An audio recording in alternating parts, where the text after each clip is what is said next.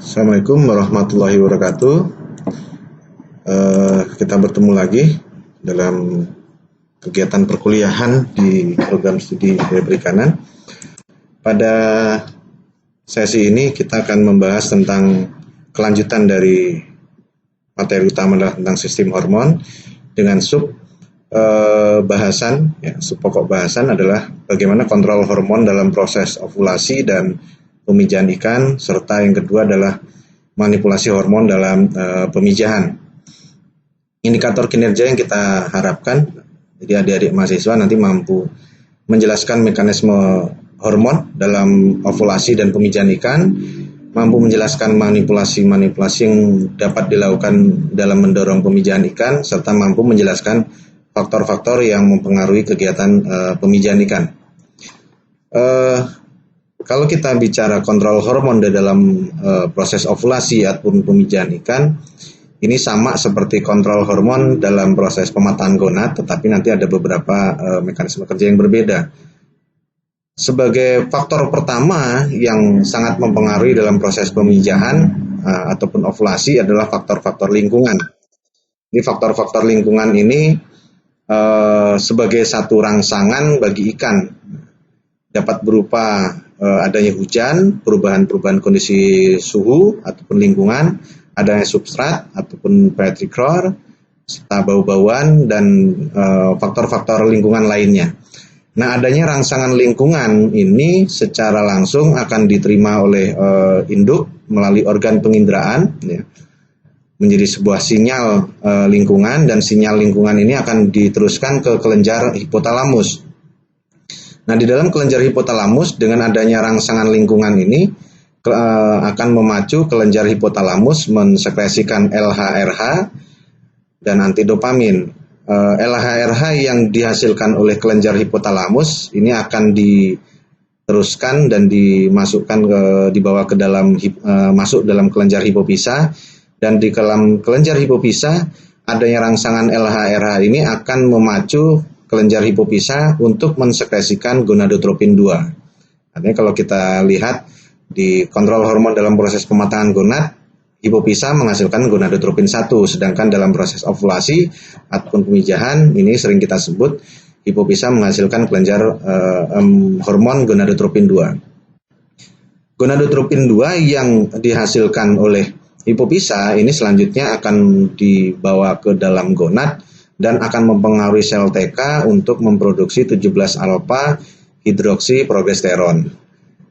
Nah, 17-alfa hidroksiprogesteron ini selanjutnya akan masuk ke dalam sel granulosa, dan di dalam sel granulosa terdapat enzim 20-beta hidroksisteroid dehidrogenase yang berfungsi untuk mengubah 17-alfa hidroksiprogesteron menjadi 17-alfa 20-beta dihidroksiprogesteron, atau yang sering kita sebut sebagai maturation inducing steroid.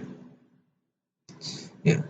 Nah, 17-alfa 20-beta dihidroksiprogesteron ini akan mempengaruhi gonad secara keseluruhan dan menyebabkan inti bermigrasi ataupun melebur.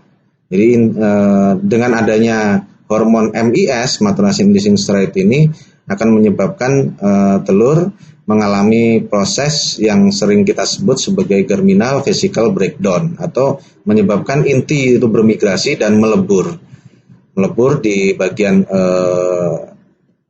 pinggir, sehingga kondisi ini menyebabkan folikel pecah di gonad, sehingga menyebabkan telur itu akan dapat keluar dari rongga ovari. Nah, ini adalah secara umum bagaimana mekanisme kontrol yang bisa kita lihat dalam proses ovulasi ataupun pemijahan. Sehingga kalau kita melihat secara keseluruhan, faktor utama yang mempengaruhi pemijahan dari skema ini ada dua, yaitu faktor lingkungan, ya. Dan yang pertama faktor lingkungan, yang kedua adalah dari hormonalnya. Nah, dari skema ini kita bisa melihat dan bisa merancang satu manipulasi lingkungan dan manipulasi hormon dalam rangka untuk memacu proses pemijahan. Sebagai dasar di mana adanya faktor lingkungan inilah yang dapat menyebabkan kerja hormon di dalam tubuh ikan ini akan berlangsung lebih cepat. Sehingga kalau faktor lingkungannya itu semakin intensitasnya semakin tinggi, tentu saja sinyal lingkungan ini akan diterima oleh organ penginderaan, semakin banyak sinyal-sinyal yang diterima akan semakin merangsang ikan untuk melakukan proses ovulasi yang kalau kita lihat secara langsungnya sinyal lingkungan ini akan mempengaruhi kinerja hormon. Jadi akan mempercepat kinerja hormon. Sehingga kalau kita lihat secara keseluruhan, dua faktor inilah yang dapat kita lakukan dalam memacu proses pemijahan. Sehingga kalau kita lakukan proses pemijahan, ini ada dua proses, rekayasa lingkungan dan rekayasa hormonal. Nah, rekayasa lingkungan sendiri, manipulasi pada ikan rekayasa lingkungan ini biasanya dipakai dalam pemijahan secara alami, ya. Jadi kalau kita melakukan pemijahan secara alami, berarti rekayasa lingkungan lah yang kita gunakan untuk memacu proses ovulasi ataupun pemijahan. Sedangkan untuk rekayasa hormonal atau hormon, ini biasanya kita gunakan dalam proses pemijahan buatan ataupun semi buatan. Apa rekayasa lingkungan yang dapat kita lakukan? Rekayasa lingkungan atau manipulasi lingkungan yang dapat dilakukan ini dalam rangka memberikan rangsangan kepada induk sehingga dapat merangsang induk untuk memijah atau dapat mempercepat proses hormonal di dalam tubuh ikan. Contohnya adalah bagaimana kita bisa menciptakan kondisi lingkungan pemijahan yang berbeda dengan lingkungan pemeliharaan induk. Artinya ini seperti memindahkan induk ke media baru. Dengan perubahan kondisi lingkungan yang drastis, ini biasanya akan merangsang ikan untuk terjadi proses pemijahan. Yang kedua, manipulasi lingkungan dengan melakukan perubahan kondisi lingkungan secara periodik dalam waktu yang pendek. Misalnya kita melakukan di dalam media pemijahan, itu melakukan perubahan kondisi lingkungan secara mendadak. Atau menciptakan petrikor atau bau-bauan di dalam media. Nah, ini beberapa rangsangan lingkungan yang bisa kita lakukan dalam rangka mendorong proses pemijahan pada ikan. Nah, ini contohnya lagi, membuat lingkungan yang berbeda dengan lingkungan pemeliharaan induk, dengan lingkungan pemijahan. Ini biasanya diterapkan pada ikan lele, ikan mas, ikan baung. Jadi misalnya ikan lele, ikan mas, ikan baung yang akan kita pijahkan itu dari media pemeliharaan induk, di mana media pemeliharaan induk itu biasanya kondisinya kita pelihara di kolam secara luas dengan kepadatan tinggi, lalu kita pindahkan ke media pemijahan sehingga menyebabkan perbedaan lingkungan antara media pemeliharaan induk dengan lingkungan pemijahan. Ini secara langsung akan dapat merangsang ikan untuk memijah.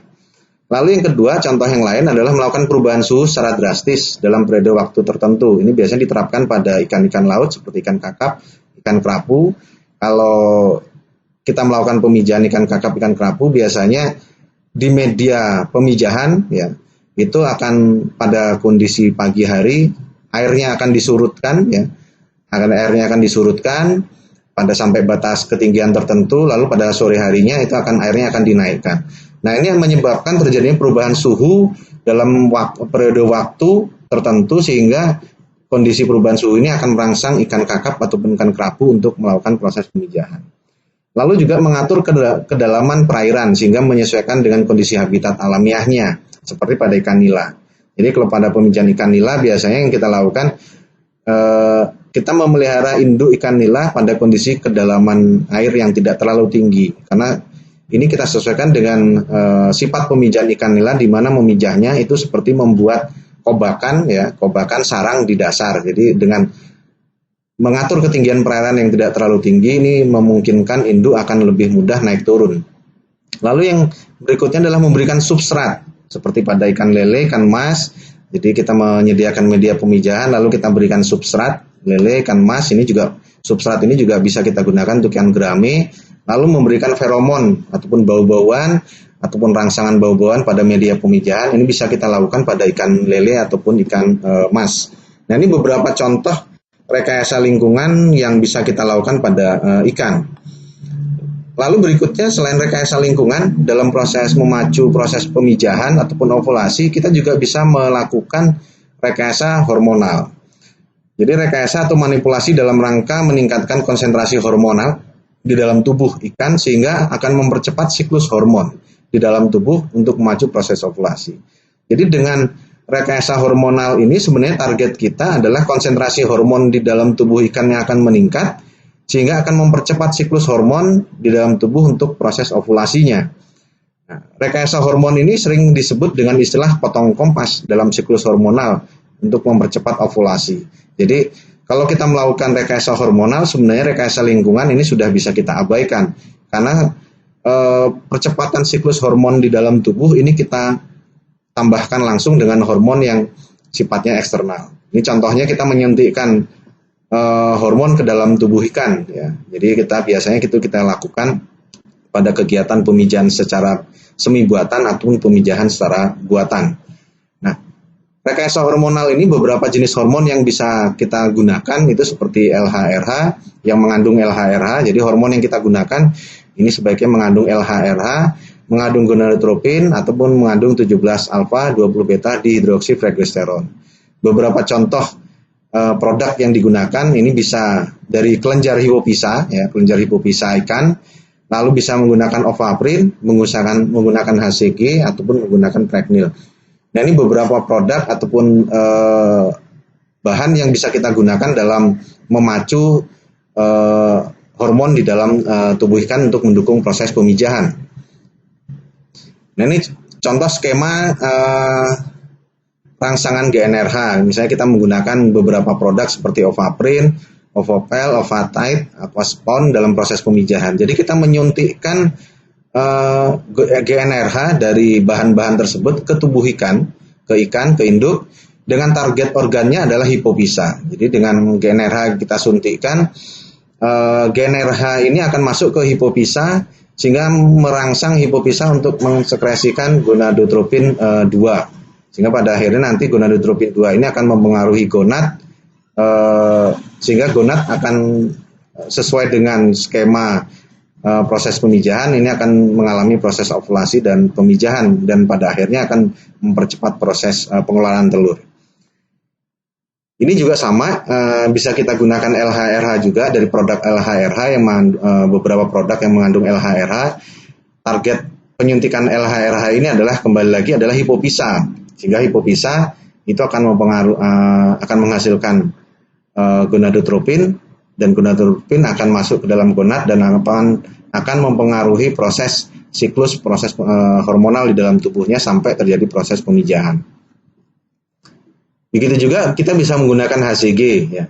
HCG ini target organnya adalah gonad, ya. Jadi target organ HCG ini pada saat kita suntikan adalah langsung di gonad, sehingga proses di gonad ini akan secara sistem hormonnya akan terpacu sehingga terjadi proses pemijahan.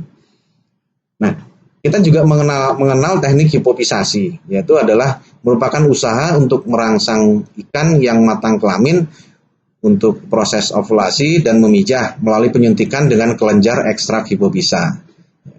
Nah, teknik hipofisa ini sendiri pada ikan dilakukan dengan menggunakan hipofisa ikan, baik hipofisa dari ikan yang sejenis maupun yang tidak sejenis. Antara donor, istilah donor ini adalah ikan yang hipofisanya kita ambil, ataupun resipien. Resipien ini adalah induk yang disuntikkan. Jadi teknik hipofisasi ini dapat dilakukan menggunakan hipofisa ikan yang sejenis, misalnya kita ambil ikan donornya ikan mas, kita suntikkan ke induk ikan mas, ataupun hipofisa yang kita ambil dari ikan mas, kita suntikkan ke ikan lele. Jadi memang bisa kita gunakan.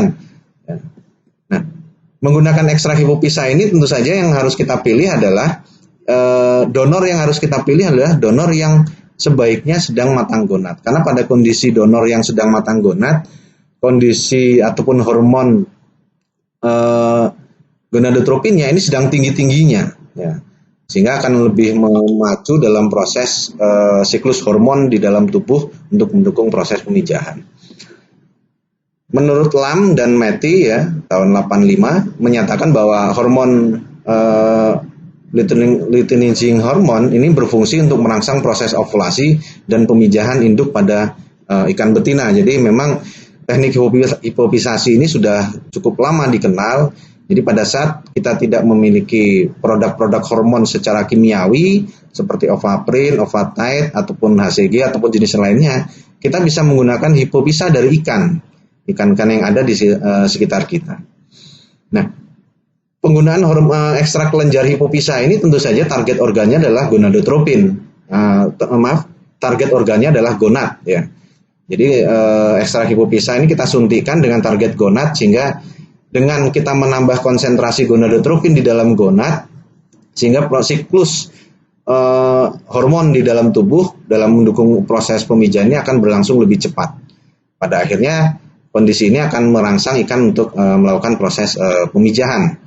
Nah, ini mungkin materi saat ini yang dapat disampaikan. Kita nanti akan ketemu dalam materi berikutnya. Terima kasih. Saya Iri. Assalamualaikum warahmatullahi wabarakatuh.